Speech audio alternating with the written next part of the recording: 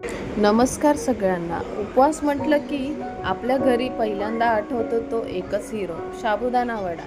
पण प्रत्येक वडा फक्त तळलेला नसतो. काही वड्यामध्ये घरभरच्या आठवणी आणि मायेची चवही दडलेली असते.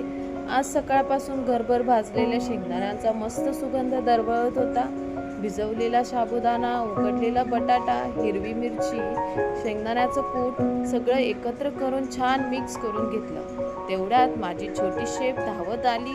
मम्मा, मी हेल्प करू?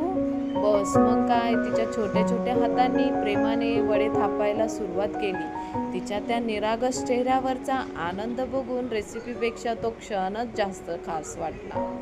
आणि गरम तेलात वडा सोडताच छर्र हा आवाज आला. तिथूनच सुरू झाली खरी जादू.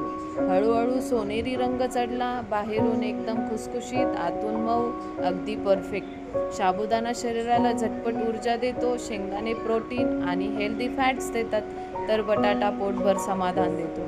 त्यामुळे योग्य प्रमाणात खाल्ला तर हा उपवासासाठी एक छान आणि ऊर्जा देणारा पर्याय आहे. गरमागरम दही किंवा हिरव्या चटणीसोबत हा वडा म्हणजे आहा, एक घास घेतला की दुसरा घ्यावाच वाटतो. व्हिडिओ आवडला असेल तर लाईक, शेअर, सबस्क्राईब करायला विसरू नका.